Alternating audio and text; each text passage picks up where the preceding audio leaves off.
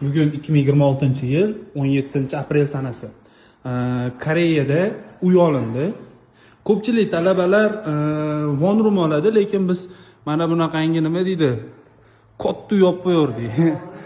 4 kishi oldik. Короче, manzaraga baho berasizlar, hozir tozalash ishlari bo'lyapti. Boshqa tanishlarni ham chaqirdik tozalash ishlariga. Juda katta uy. Bu yoqda bitta xona, bu yoqda sanuzel, bu yoqda yana bitta xona bor. Bu yoqda. Endi hozir tepada Abdulaziz, tepada nechta xona bor?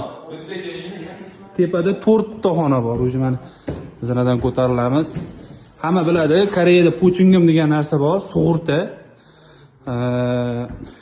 Sug'urta puli bor, ya'ni-da bu uyga qancha sug'urta ketadi deb o'ylaysizlarmi? Ahvolda ko'ryapsizlar, juda ham katta uy. O'ta katta. 4 kishi, tepada 4 ta xona, pastda 2 ta xona, bitta sanuzel, bu yoqda oshxona. O'sha hozir tozalash bo'lyapti. Cho'tki qilib bugun kechqurun ko'chiladi bolalar bilan. Nima deb o'ylaysizlar? Pochingima qancha, volses qancha shunaqa uylardi. Mana bitta uydan kirasizlar, past birinchi etaj, bu yoqda mana bunaqa cho'tki manzara ikkinchi etaj. O'sha tepada 12 ta yana oshxonasi bor alohida.